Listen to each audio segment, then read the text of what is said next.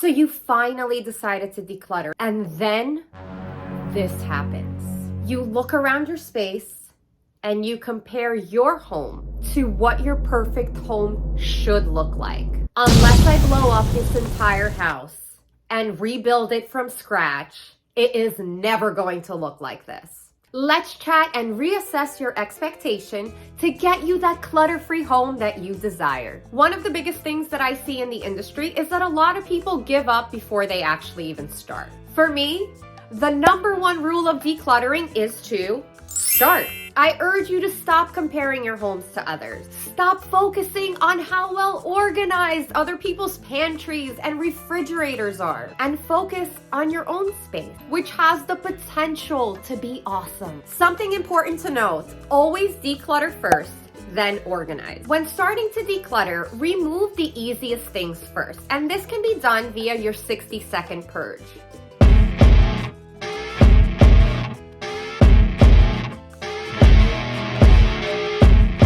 Walk around your home and grab a few boxes and bags and quickly eliminate items you don't need. These are things that are in plain view, nothing hidden, nothing you have to bend down for. Next, you want to move on to tossing large items. Nothing creates huge impact when we're talking about a clutter-free space than getting rid of huge, bulky items first. When you eliminate, for example, bulky furniture that you don't use or maybe that is broken, it automatically makes your space look more spacious. So maybe you have a chair that nobody sits on. Maybe the leg is not exactly sturdy. Maybe you have an old dingy couch. Get rid of it. Next, you want to move on to your closet.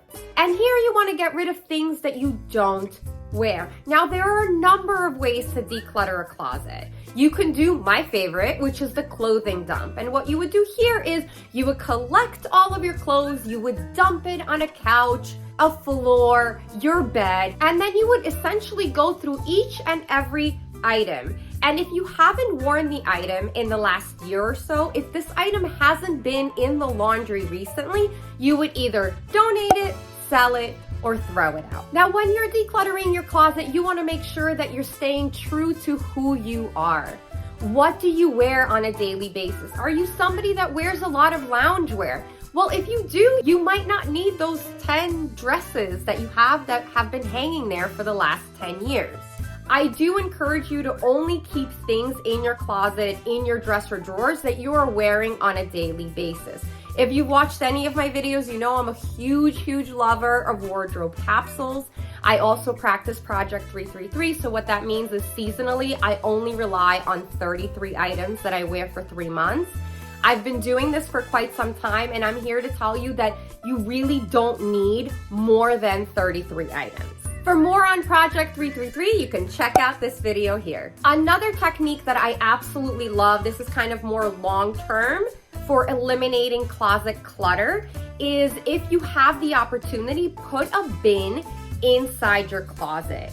And every time you're getting ready, if you take out an item and you're like, I don't really want to wear this, instead of putting it back in your closet, dump it into that bin. And that is actually your decluttering bin. And eventually what you'll see is after a couple of weeks or a couple of months, that bin will fill up. And then you can take that clothes and you can either donate it, sell it, or throw it out. If you're getting value from this video, contribute to my coffee addiction by smashing that like button. And let me know, is your closet overdue for a decluttering? Once you've started the decluttering process and you've built momentum, right? It's all about momentum. It's all about starting. A lot of people are like, how do I start? What do I start? What do I do? I don't have the necessary tools, or I don't have these pretty bins. You don't need that, okay? If you've ever watched that show on Netflix with Marie Kondo, her organization consists of shoe boxes. You do not need to invest in anything fancy right now. You just need to declutter your space. Once you've built that momentum, it's time to actually make a decluttering schedule. So when it comes to creating a decluttering checklist, the simplest way to do it is you can either create a schedule where you're going by category or you're going by room.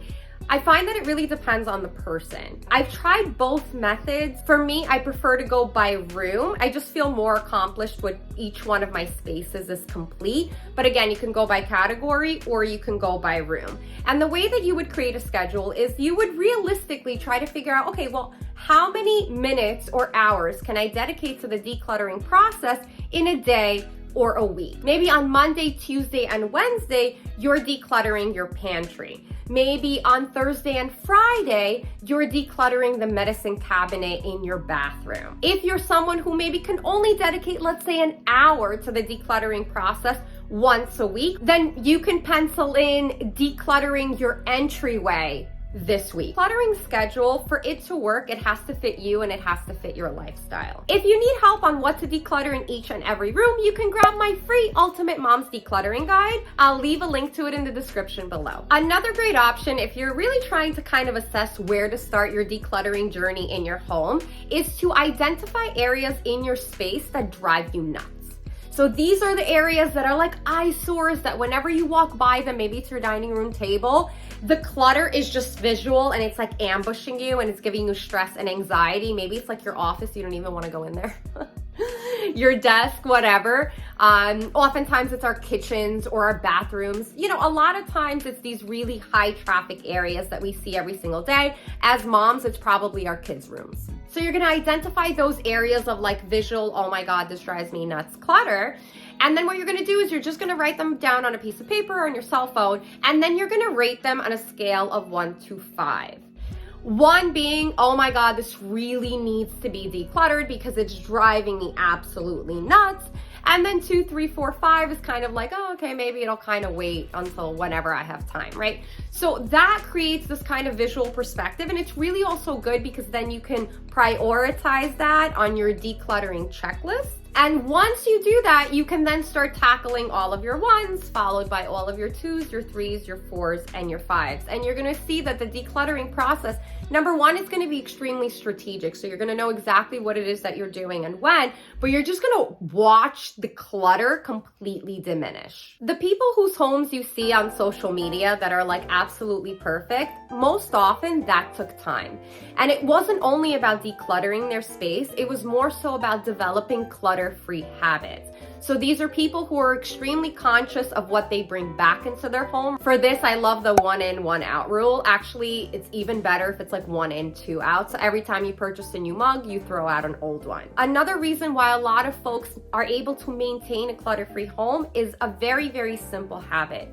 And it's the habit of tidying up. People who maintain a clutter-free space tidy up before they leave a room. If you just only adapt this one habit, your home will be stunning and clean and clutter-free. If you found this video helpful, be sure to hit that like button and subscribe to my channel. As always, good luck on your decluttering journey, and always remember to be good to yourselves.